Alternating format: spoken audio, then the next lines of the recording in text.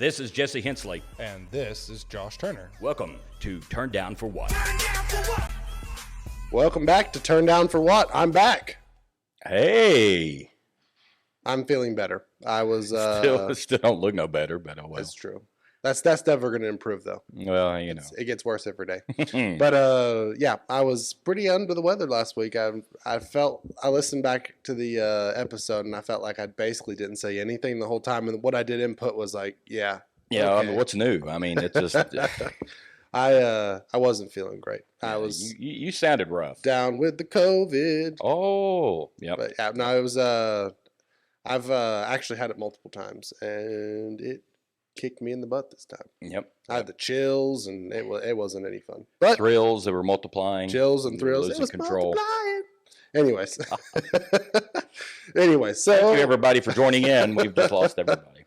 I'm back and I'm ready. I'm kicking. So it was a fun week. But I'm grateful to be on the tail end of it and back up and running. Well, no one cares about what you feel like. They want to know the news. Everybody cares. I bet you everybody listening in last All week 6 was people are like, we don't care about him. Where is Josh, the staple of the show? Yeah. I'm back. He's back. So, all right. Well, since you're back, I will let you kick off with the news. All right. First news article of the day. Yep. Europe. No. Ford announces a 2025 Ford freaking Ranger.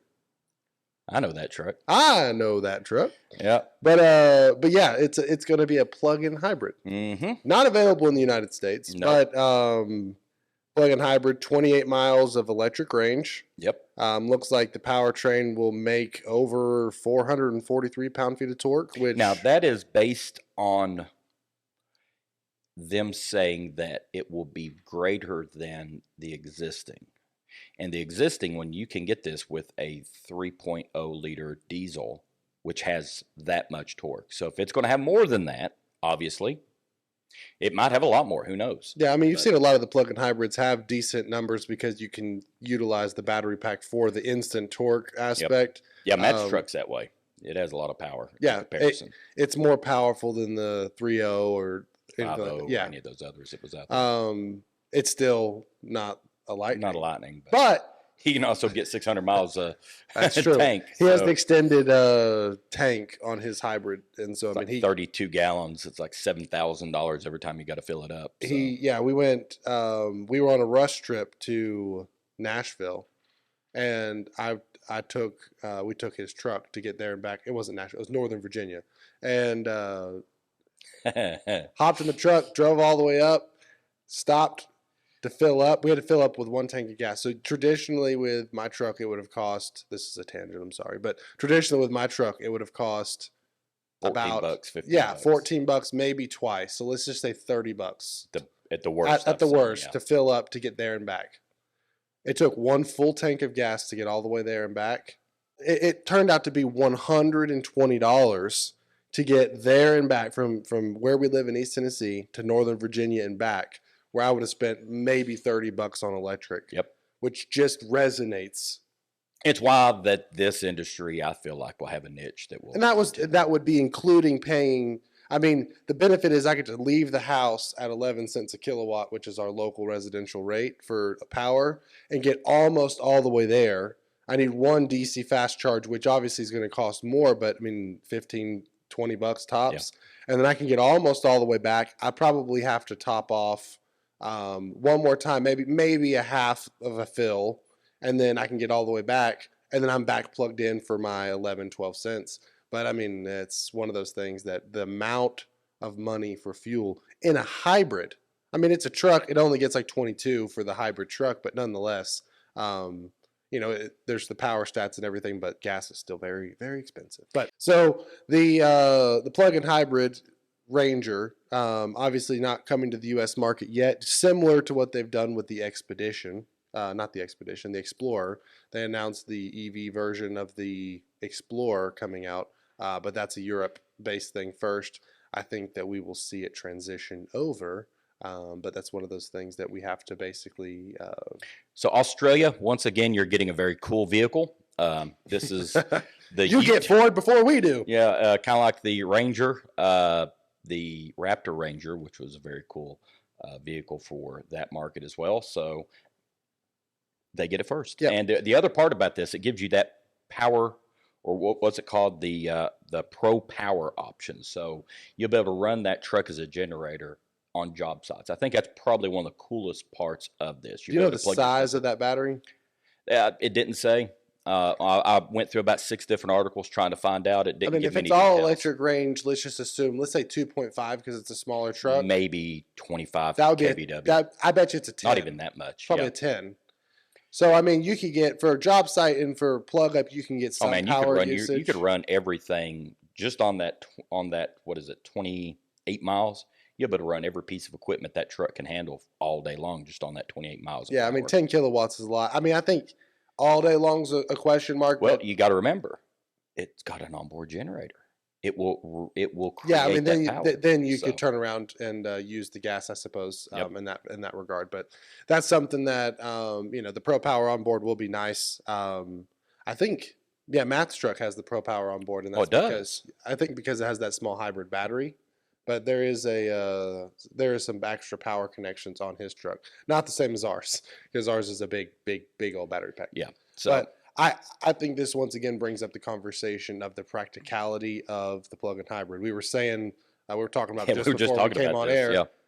The plug-in hybrid is going to be a very solid use case for 80-90% of the average American, the average resident, just because the average person in a day, including myself, I don't go over 30, 40, 50 miles a day.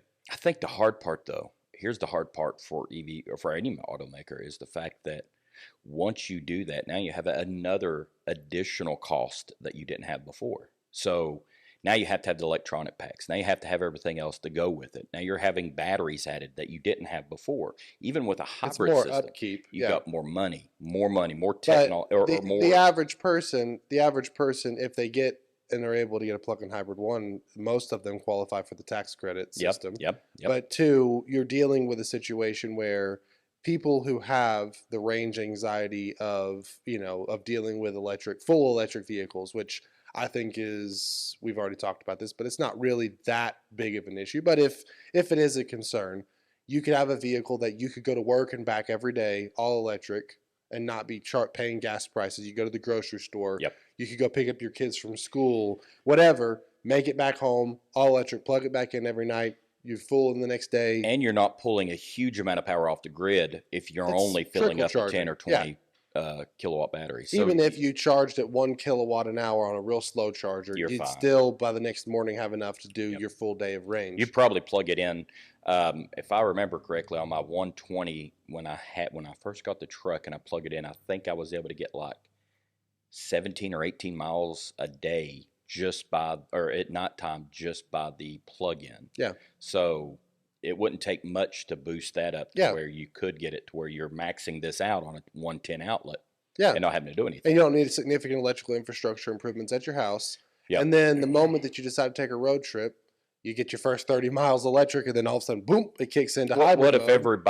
What if everybody's cars today, and this is a great test to tell people or ask people, what if your car today, you could go 30 miles a day for free or very little amount of money and not have any fuel prices? How much fuel would you buy through the week? Well, if that's every day, take 30 miles a day times, say, 6 days, 7 days, that adds up. You're looking, 150 to 200 miles a week at that point. I live about 1.5 miles from my kid's school, and our grocery store is probably 2-3 miles down the road. And my wife, just in the circumstances of life and driving around with kids and everything, with sports, which is nearby and everything, will still use almost a full tank of gas a week. Mm-hmm. And that means that you're adding an extra $300 a month in gas cost right now, where you could be basically paying an extra $20, $10-20 in electric if there was that plug-in hybrid option. So I definitely think that it's $36 a week if you did it that way. Just every day you went 28 miles. You averaged about 19 miles a gallon on regular. You do that by $3.50. and you're looking about $36 a And day I think or a week 350 that right you're selling. now with So gas prices have gone up in the last couple of they weeks. may have. I So think that 350 for this region is what it is, but a lot of the areas of the United States, and abroad probably are even higher than that right now. yes, I mean not a lot of savings, but it's still substantial. It Depending goes on from what how much did you say? How much was the dollar amount for the gas? like $40 a week, $40 a week 38 something like to that, then changing to something like $4 in electric. if that much. Yeah. If that much. So Yeah. I mean, you're going from $150 a month in gas to $12. I mean, an That's extra. on this one at 28-mile range. Yeah. What happens when you get 50-mile range or 70? And I think the range? plug-in hybrid sweet spot would be getting up to 40, 50. There's some plug-in hybrids which we'll talk about coming up once we research Yeah, it. we'll probably have to do a full episode on the plug-in hybrid. But there's some vehicles that get PHEVs. Yeah, PHEV. Anyways, there's some vehicles that are out that I think get 30s and maybe low 40s right now for the plug-in hybrid range. But for being a truck, getting I would like this. Yeah. I mean, it would be interesting to get one and see how it does. and it's a good introduction into the electric world Yep. for those people who aren't 100% sold on it. Mhm. I think plug-in hybrid's a great first step because you can get the tax credit, you can get around town, EV experience and kind of experience it all. And then you could obviously take your road trips and, still have the comfort of knowing that you're not going to be dealing with the charging infrastructure as that improves. So Next item. So we're going to talk about a few things real quick so we can get into our manufacturer spotlight, which today we'll be talking about the Dodge Hellcat, or the new, whatever it is. It's going to be the Banshee. It's still going to be I've seen about 5 different versions of it, but Charger Daytona SRT BEV Banshee. So anyway, you have Volvo. They made the announcement that all diesel vehicles from Volvo will be done by 2024. So if you want your diesel Volvo, you better get it now. Which I think that has its largest use case abroad. Yep. Or I think a lot of, and I noticed this when I was living abroad, a lot of vehicles outside of the United States, a lot more vehicles proportionally are diesel or otherwise. And wagons, yeah. Yeah. There was a gigantic use of Mercedes had a big presence with I forgot what the name of it is. It's like a larger van. It's like a box van basically, but the transport of people happened all the time in those type of Mercedes vans, and they had some that were propane, and they had a lot of them that were diesel. And so I think foreign use case had a lot more diesel usage. But locally, I mean, do they sell a ton of Volvo? I don't think so. Yeah. Not diesel. The Pulsars I've seen a few of the Pulsars around here. So I don't think it's going to affect us that much in our markets, but everywhere else it probably will have some impact. And then you have Lexus also coming out and saying that they will be introducing their new modular EV concept probably before the October introduction to everybody. And right now it looks like on the upper end that's going to be around 500-mile range. So and that's kind of like the smaller, like an SUV. I remember, I think I have a picture of it here, Lexus is cornered the market for small to mid-size SUVs. But that gets back into the Toyota part. What is their, because they've been kind of slow to throw it in here. I don't know the legitimacy of this. I saw a news article today saying that Toyota was going to be dropping their. I have to look it up. But I think. Yeah, thank you for coming in with half news that you have. Well, maybe. I saw a news article, I think, saying that Toyota wanted to enter the EV scene by 2026, and they're promising 800-kilometer range, which I have to go back and backtrack the math. I think is 500. Yeah, it'd be around that same number. I'll have to look that up. Yeah, and again, they're coming in late, Which, like we discussed last week of the week, it was last week. The Toyota and a couple of like Honda don't really have a gigantic presence in the EV industry at all right now. They have none. Honda has the one coming out, and Toyota has just mastered hybrids. But for them to come into the EV game, I'm sure that they're going to want to come in. And they do make a plug-in hybrid because my neighbor's daughter has one of those and is extremely pleased with how it is. She's a doctor out west, and they were telling me how that vehicle has just been great for her, and so that's really cool that they have that. Unfortunately, it's September 14th release, so this is a week ago. But they're saying that the Japanese automaker is saying that new EVs due out in 2026 will feature nearly 500-mile range. So they're basically working on some new battery prototypes that are basically going to get 500-mile range. They're working on basically, I guess, perfecting that. But that's something that they're introducing in 2026. They're looking at some different battery tech, including popularization lithium phosphate batteries, and some advanced EV stuff, including that solid state that we were talking about. Well, that made me also go into something I was reading this weekend about Toyota. Again, since we're on that topic real quick, that's not in here. So Car and Driver, they get vehicles and test them. And they just did the 10,000 miles on their hybrid V6 Toyota Tundra. And it averaged 16 miles a gallon as a hybrid V6 after 10,000 miles. That's horrible. That's horrible. Yeah. So, again, it depends on how you use it, but I'm sure that What's Car and the Driver, advertised range on it? I have no clue. Yeah. I have no clue. I wasn't expecting 16 but we were surprised when our test, which, which is, looking at the numbers to see what our partners truck averaged his F-150. He has a Lariat hybrid F-150, and he was pushing, with all three of us in there, about 22, 23 miles a gallon. I was expecting it to be 30, 28, 27. Sometimes hybrid doesn't really mean much. Yeah. Because I think we talked about this once, but I had my truck before my Lightning was an F-150, but it was just a base STX, which is a XL with some sports. But you're like a tall mutant. But it was just it was just a 3.0. Like it was just a base, like EcoBoost, like just a base engine, and I was getting 2 or 21 pretty consistently, 20 to 21 MPGs. So he gets a Lariat, but he gets the hybrid and gets 22 to 24 with 600-mile range. Yeah, I mean with the extended tank, but nonetheless, like that's not a significant improvement for being a hybrid. So the EPA estimated combined for that Tundra is 20. Yeah, I was just looking it up, yeah. Long-termer is only averaging a alarming 13 mile. Okay, so there is people out there that have this that are showing that it is only getting 13. If I bought a hybrid and got 13 miles to the gallon, I'd be hot. Drive the vehicle off a cliff.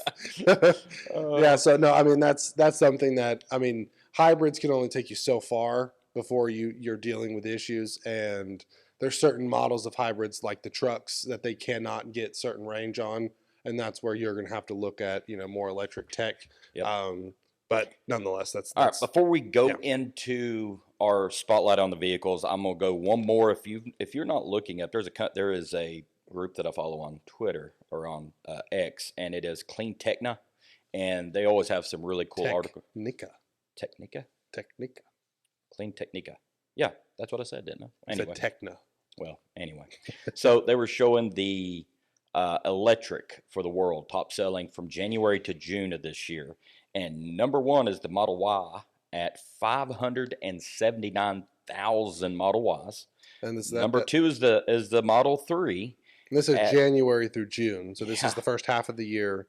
Half of 279,320. And then you get into the BYD, which I don't know what this means, where you have the darker and the lighter. It might be ordered and then delivered, but they got roughly 250,000 for that one. Another BYD at 200,000. Another BYD at 200,000. Another BYD at 150,000. Wuling Hong Guang, at 120,000. But you're seeing this entire list is vehicles not sold in the United States. None of them. Other than the Tesla, obviously. You have the XC40, which is here. That is a Volvo at 50,000. Have a VW ID3, which I think you can get that here. I've seen the Audi Q4 the at Honda 18th down the list. A Hyundai Ioniq is 19th. 19th, and then 20th is another BYD. So Ford, Chevy, and Dodge. None of them are on here. I don't think there's Just any for the Dodge sake anyway. of knowledge for the sheet that we're looking at, the light is the full electric and the dark is the plug-in hybrid. Okay, good. Okay, down here. At the Same bottom. model, they just have a plug-in and a full for the BYD. Yeah, I wouldn't count the plug-in for it. But what you can notice out of this is globally, there's a ton more EV sales than you see locally because, you know, the BYD in the 3rd through 6th slots almost sold 1 million vehicles in the first half of the year, and we don't sell BYD in the United States. Tesla's a juggernaut, though. And Tesla, you can obviously see, is the largest seller here, but they also have a global presence. And so, yeah, and speaking of Tesla, that will take us into our manufacturer spotlight because they have the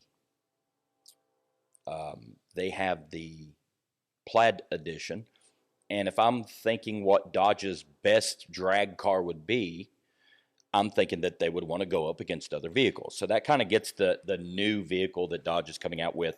2 or 3 reports have come out to where Challengers and the Charger will be done by the 31st of this year. So you cannot get another Charger or Challenger by the end of the year. Don't know if that's true or not. There's about 4 different stories that showed that. Some are showing 2024 for that. But the replacement is going to be a Charger Daytona SRT BEV. And it was announced last year in August, but it got all the buzz when they dropped the announcement on it. And they're using, you know, the packages are the 340, the 440, and then a SRT Banshee. Obviously, 340 and 440 is iconic when it comes to Dodges. That is your displacement. They say that this is going to be the number of the voltage, I guess, is what they're wanting to go with or something like that. So, okay, I guess that'll work. But the large one, you're looking at, you know, for the horsepower, 455 for the smaller one, up to 590, and then the Banshee over 750. But this is kind of where I'm looking at this going, man, why don't you try to go ahead and do something that is part of that heritage of I want to be the fastest? Because if you're looking at 750 horsepower, that's not much more than our trucks. That's not much more than a lot of trucks. And I mean, proportionally, the vehicle weight's going to edit the speed. But I mean, this article, which is coming from that I'm pulling up, which is coming from a Dodge dealership talking about the vehicle, was basically saying that it could have up to 807 horsepower, 700 pound-feet of torque, and be able to go 0 to 60 in under 3.5. Yeah. But now they're basing that off of Dodge saying that it would beat the Hellcat. And if it beats the Hellcat, those are the Hellcat numbers because they've not released anything yet. So, but, you know, here's the thing. The Plaid goes 0 to 60 under 2 seconds. Yeah. It's advertised as I think it's 1.99. Yeah. There are people that are on slicks on tracks getting 1.8. Yeah. And it's like, that's ridiculous for the amount of power that. But you're going to drop a competitor sports car. You're marketing yourself as a sports car, and you're going to go as fast as my truck. Yeah, that's the problem with it. And it you know, they're expecting the cost to be north of 80,000. Well, that means most people are out of it. That's competitive with the Plaid. Yeah, but the Plaid, if you take all the other stuff off of it, you know, not the comparison or any of that, then you're looking at around 108,000 is the lowest. What it starts at for the Plaid. The Plaid is down. The Plaid is down to 90. Is it 90 now? Strict. Okay, that was today. I looked on the Tesla website, and then I did the comparison on taking this out and taking that out to where I had just the bare price. I think, let me pull it up just while you continue to verify. Oh yeah, go ahead and verify me because I don't know what I'm talking about anyway. So, but if it's 80,000 and you have a 340, for example, the smaller one, and that's the starting price, then you know that the higher model, the Banshee, is going to be well over 100,000. And then when you look at the numbers, the sheer numbers of cars that Tesla is selling right now, you're selling, you know, probably 1 million cars a year that are EVs. Your batteries are, you're selling more batteries. Just the same batteries that's going into the mega pack, that's going out to power stations and everything. All of those batteries make your batteries cheaper for your vehicles because you're doing it in scale.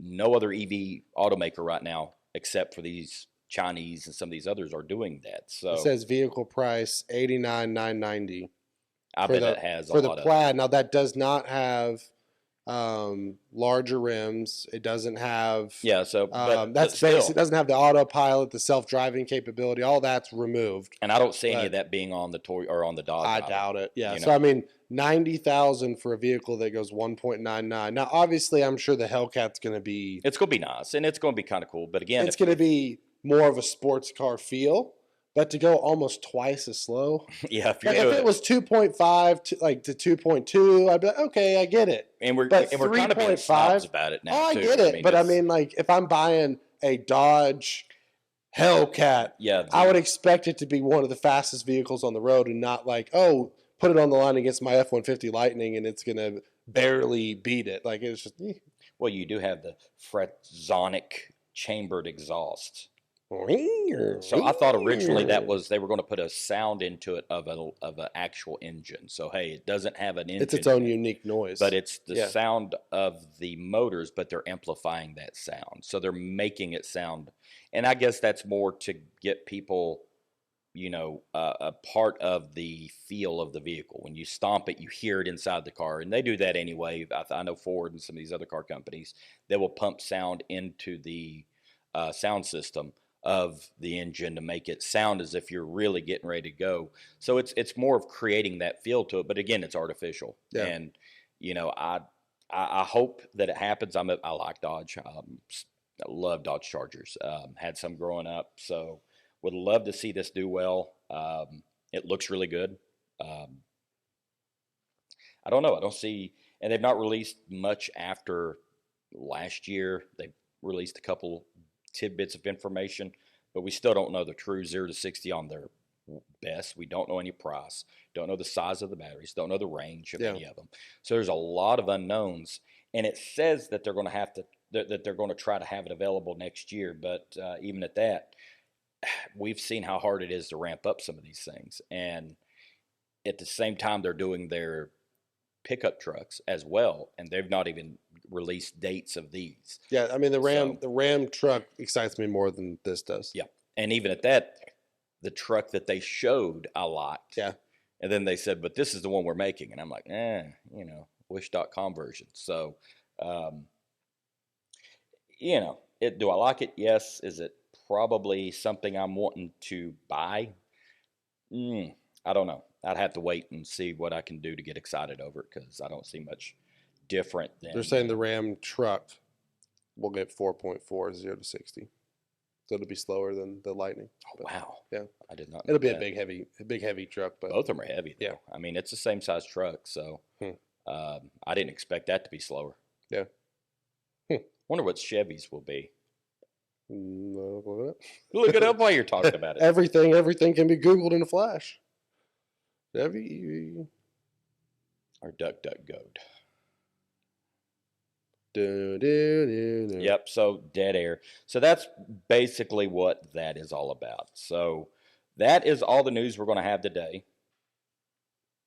Wow, just in the first quarter of this year, 400. And we have a Tesla person. 0 to 60 in less than 4.5. So even the Lightning being the first on the market still going to beat all these vehicles. They have more range, but not as much performance. Well, they also have a lot larger battery too. Yeah. And they're having to carry that weight around. So the speed is affected by the 0 to 60 is affected by the weight. Yeah. Yep. That's why the weight's always kind of critical. So, there all right.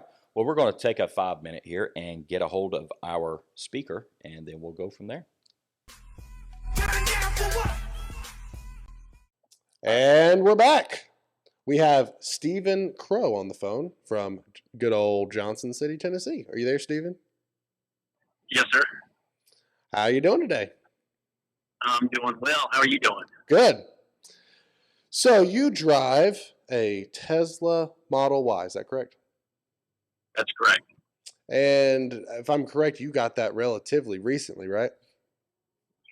Yeah, it's been about 5-6 weeks now. Ooh, gotcha. So let's start with what got you into it. What were you driving and what motivated you to buy the Tesla Model Y? Well, I was driving a 2019 Jeep Grand Cherokee, and for business purposes, I use my vehicle to take me from job to job. I'm a photographer, and I would fill up almost twice a week at between $70 and $75 per fill up. So you're looking at about $150 a week in gas money, just to get me around and get me to my jobs. And I was talking to my father-in-law, and he's had a Tesla for a couple of years now. And he said that I need to go ahead and take the plunge and look into getting one.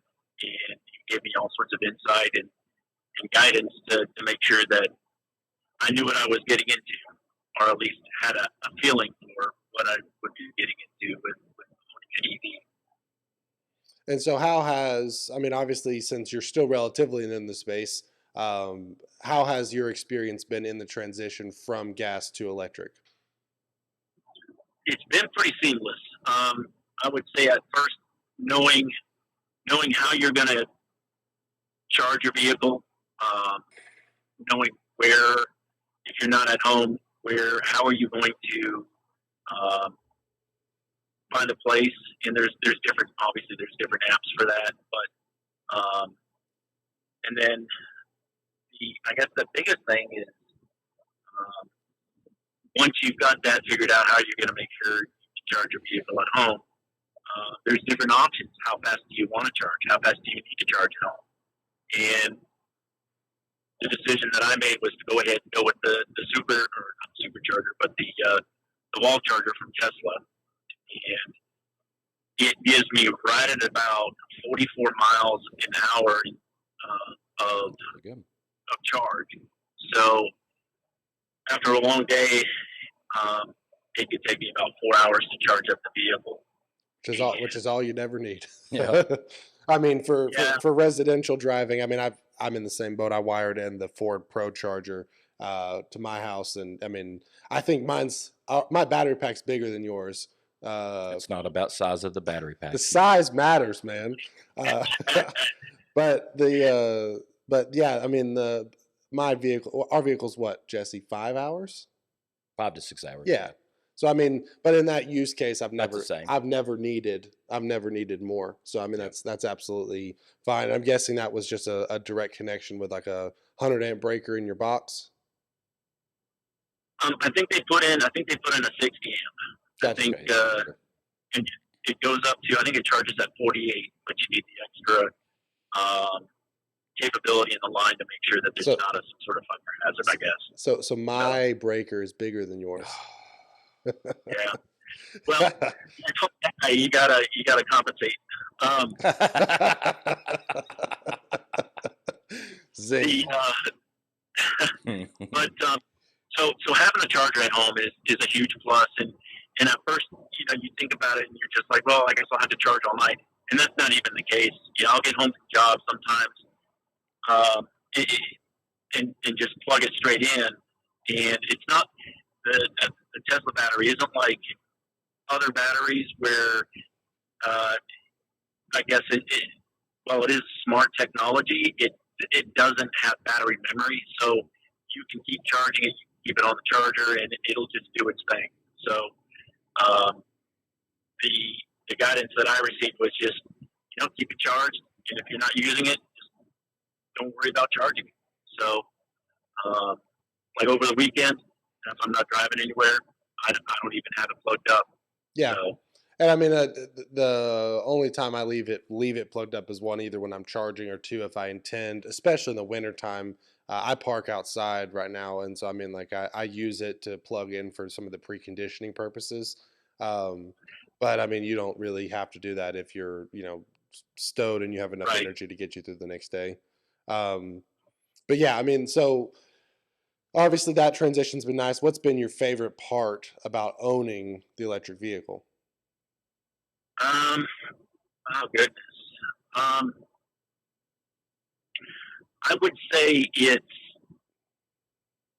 a comfortable ride.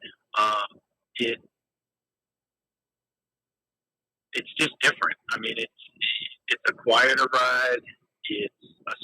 For me, it's a smoother ride. coming from a Jeep. Big difference. Yeah. Yeah.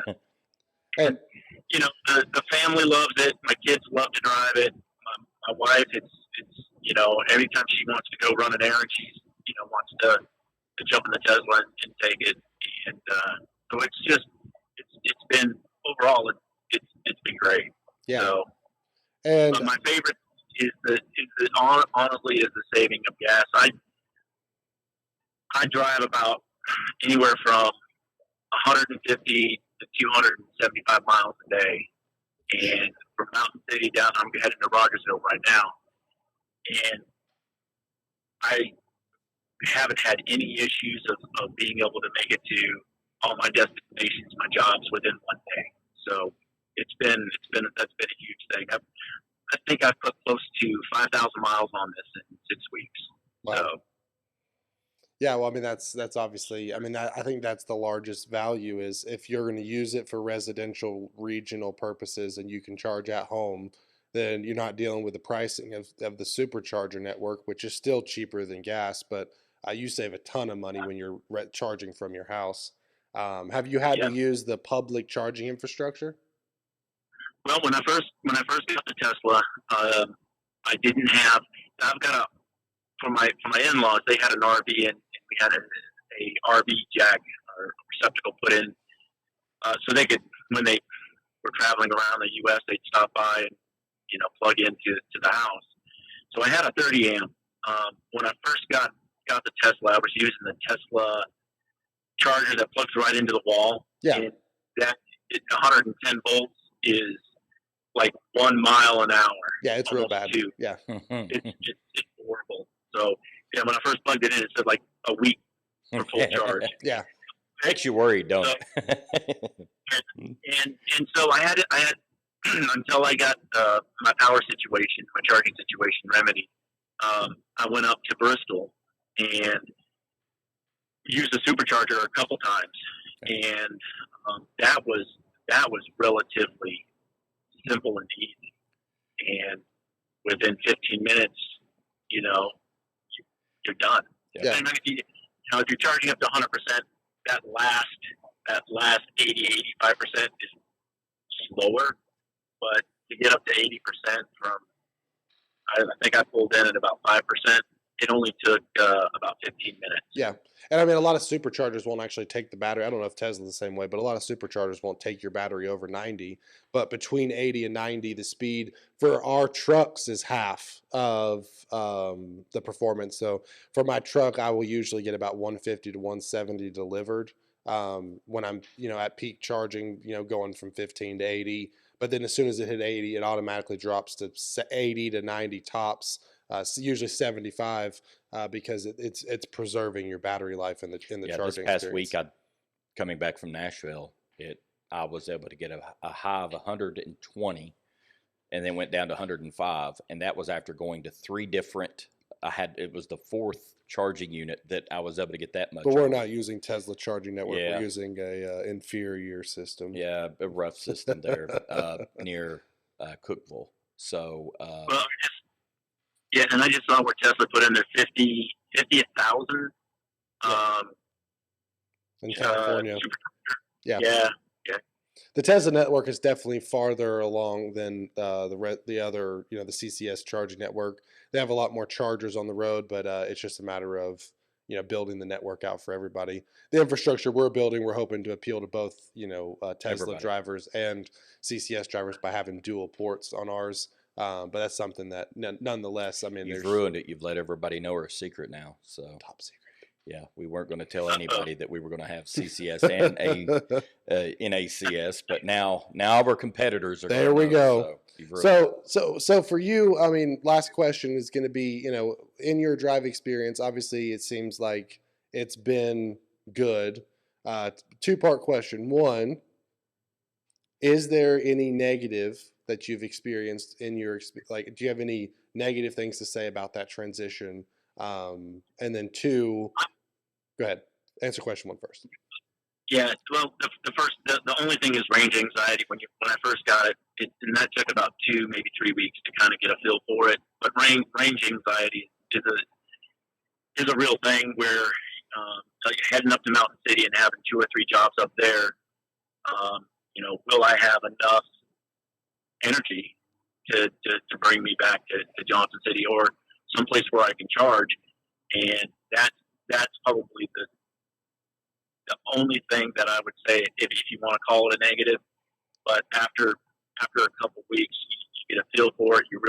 I get more miles in the Tesla on a full charge than my wife does in her Ford Explorer. I get about 20 to 30 more miles than she does on a. The range of the long range is what, like almost 400, right? Well, no, with the new battery that just came out, I believe that the new range is up to 400. I think it's the ETA or whatever they go by within spec is somewhere right around 340 on a 100% charge. But realistically, keeping it at 80-90%, I average anywhere from at 80%, I get about 290, and at 90%, 100%, I get 315 right now. Okay. Yeah, and I'm sure residentially, if you're driving up, down, on a slower pace, you're probably going to get a little bit better than that. With our trucks, I'm seeing 340, 350 around town, but on the highway, it's like 280 because my advertised range is 320. I was at 252 down there. It's because you're a maniac. Well, last question then is, in your experience, if you are having a good experience, do you have your eyes set on a dream EV vehicle, or are you content with where you're at now? No, I'm content with what I have now. If anything, we'll probably keep, one ICE vehicle and one standard vehicle just in case we need one. But I think we're going to be looking at another EV within a couple of years, within a year, maybe 2, for my wife to have. Yeah, once you get that better charging network regionally, then it'll definitely, I think that'll help a lot. It'll definitely help, won't it? Yeah. Yeah, but it's been awesome. I really have no complaints. So awesome, perfect. Well, thank you for your time today, Stephen. Appreciate the insight.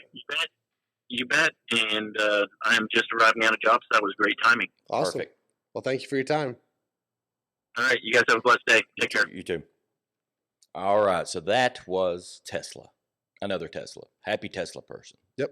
So let's get into Tesla a little bit more next week. Yeah, we got to dive in and talk about their charging network. Yep. Get in. I guess now we're close enough with our project. We can probably get into what our systems could kind of be in comparison. And we'll talk a little bit about what could happen. Yep.